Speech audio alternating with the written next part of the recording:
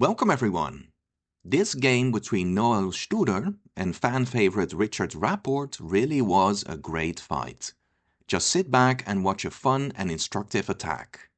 This was played in the German Bundesliga in 2020.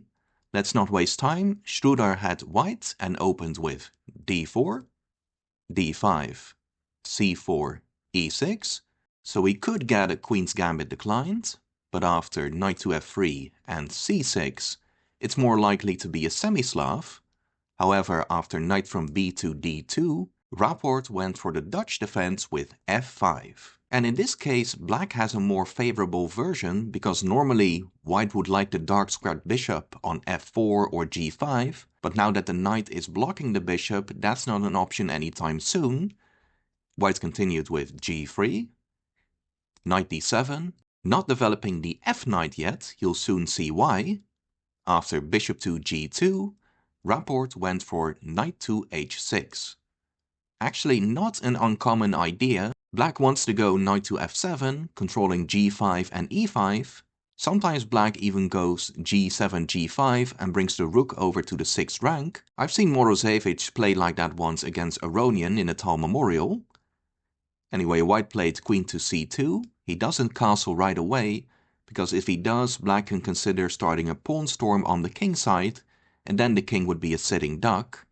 Knight to f7 as expected, b3, and then g5, again as expected. Black gains space on the king side, meanwhile both knights are still covering e5. e3 giving more protection to the dark squares. Bishop d6, bishop b2, and here a5 was played, claiming some more dark square control. Immediately going for g4 would be premature, because the knight simply retreats, and then white will go h3 and undermine the black pawns. Therefore not g4 but a5. And now Studer went for h4. He's actually provoking black to go g4, because after g4 and knight to g1, he plans to transfer the knight from e2 to f4, which is very logical.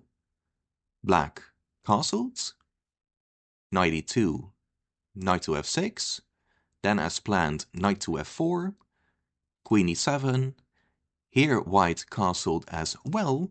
He could have gone for a4, planning queen to c1 and bishop to a3 to trade off black's good bishop, but castling certainly isn't a bad move. It continued knight to h8, intending knight to g6 and trade off white's knight. Then c5, gaining space on the queen side. Probably a4 and going for the bishop trade was still best, since black cannot really create threats on the king side without the dark squared bishop. However, he went for c5.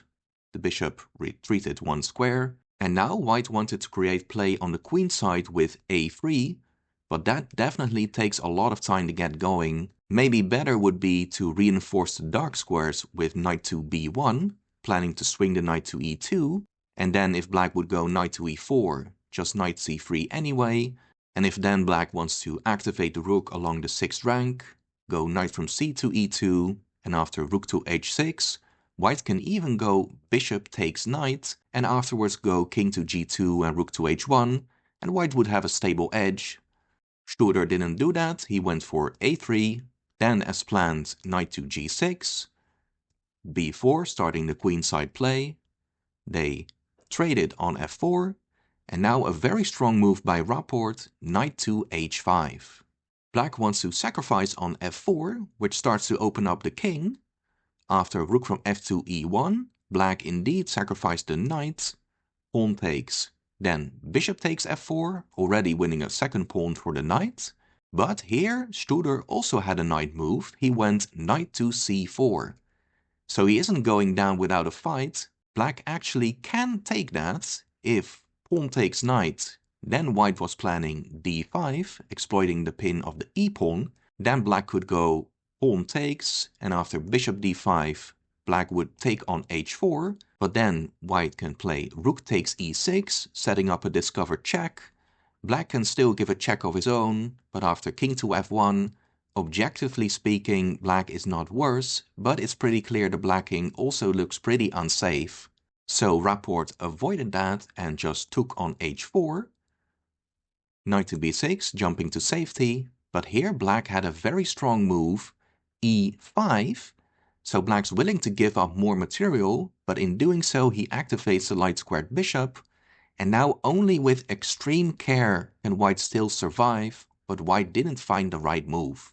The best move was to simply take the pawn so that black cannot advance it any further, and after bishop check, king to f1 and f4, white can block that out for now with f3, and here there are a number of possible variations, but the point is that white will have enough counterplay against a weakened black king, and white should manage to draw. There are a number of ways that white can go wrong here. If he gets greedy and takes the rook, then after bishop check, king to f1 and f4, black wants to go f3 next and go for checkmate. Now if white plays f3 here himself, then the white defense will soon collapse after e4. If instead white captures the bishop, then black advances the e-pawn, and if white wants to hang on to the extra piece with knight to b6, then the game will soon end after bishop check, king f1 and f4. Now Studer played yet another move, and he must have felt the pressure because he went for the desperado knight sacrifice with knight takes d5. And you'll soon see that this doesn't work out well. After pawn takes, white took another pawn with rook takes e5, and it seems like white doesn't stand too bad at first. He has the two bishops, maybe has some pressure on the king side, but actually white doesn't have any big threats and he is material down. Black already has a winning advantage now.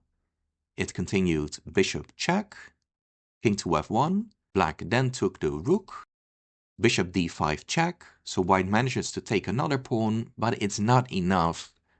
King g7, pawn takes bishop, now a takes b4 was played. Now white shouldn't take back if pawn takes b4, then first a trade on a1, and then this nice move, bishop to e6, deflecting the bishop away from the defense of the h1 square after white takes the bishop, then queen h1 check, king e2, black wins the piece back and threatens with queen takes e5 check.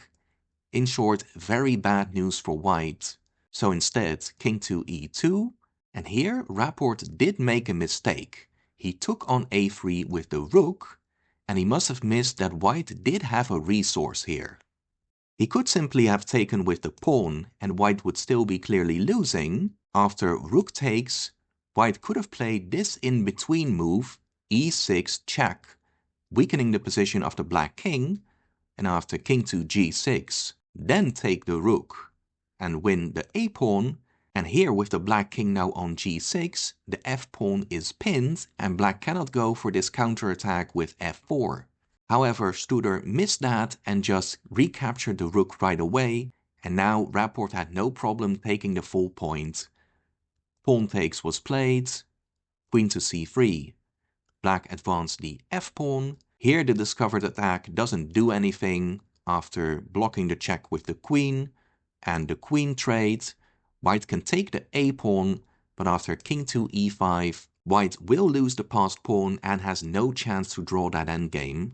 Instead, rook takes a3, but after f3 check, king to e3, queen g5 check, and king to d3, black pinned the bishop, and after queen d4, just bishop to e6, the bishop will be lost and Studer resigned. Simply an amazing game by Rapport. I guess one of the big lessons is that white should try to trade the dark squared bishop in these Stonewall positions. White could have gone for a4 and bishop to a3, but he didn't do that, giving black easier play on the king side. And another big takeaway, sometimes it is well worth sacrificing a piece, as Rapport did with knight takes f4, if it gets you dangerous pawns and a weak enemy king in return. Anyway, I hope you enjoyed the game as well. If you did, please like and subscribe. There are many more games in the playlist. See you again soon, and as always, thank you for watching Chess Student, and take care.